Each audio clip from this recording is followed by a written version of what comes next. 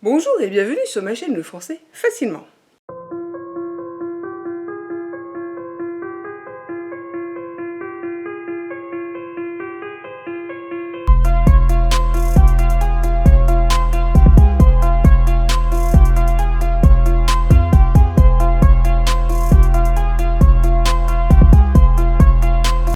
Aujourd'hui, le discours informatif.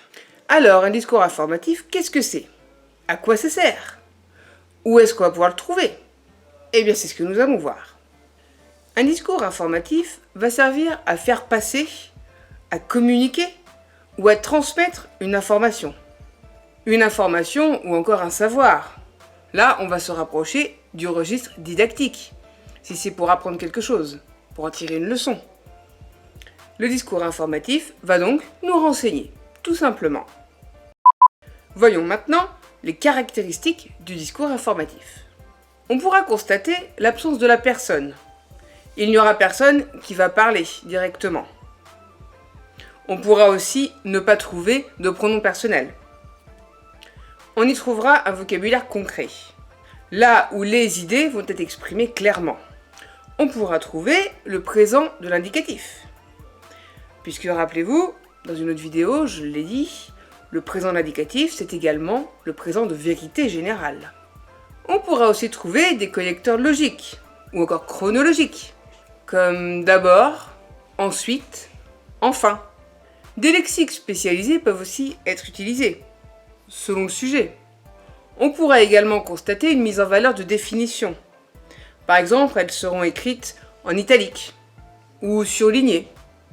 On pourra constater que la troisième personne sera utilisée notamment pour montrer la neutralité. Le discours informatif va exposer des faits, des données. Ils seront classés et synthétisés. C'est donc une façon très simple de transmettre une information qui du coup devrait être objective, puisque neutre. Un exemple de texte informatif, le guépard. On peut constater une suite de faits, d'énumération des différentes caractéristiques de l'animal.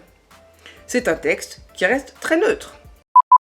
Dans le discours informatif, il ne doit y avoir aucune marque de jugement. On trouvera simplement des faits avec des liens logiques qui vont nous mettre en lumière là où les causes ou encore les conséquences d'un fait, ainsi que l'enchaînement logique des faits. Exemple, Aladin a volé du pain, donc il va en prison. C'est logique, c'est neutre. Je vous ai transmis une information sans aucun jugement. Ce n'est qu'un fait. Lorsque l'on transmet une information, on peut la répéter, la reformuler et au besoin, on peut donner une ou plusieurs définitions. Alors, maintenant que c'est un peu plus clair, où est-ce qu'on peut trouver un discours informatif? Dans les essais, les dictionnaires, les documentaires, les encyclopédies, les manuels, les ouvrages scientifiques ou encore la presse. Bon, là, on a un souci, car la liberté de la presse et la neutralité de la presse, il y a des petits soucis en ce moment en France. Hashtag BFM TV.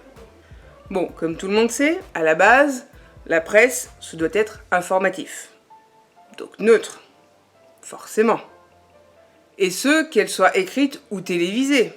Peu importe, c'est la même chose. Après, depuis que les médias ont été achetés par des puissants, tout est faussé.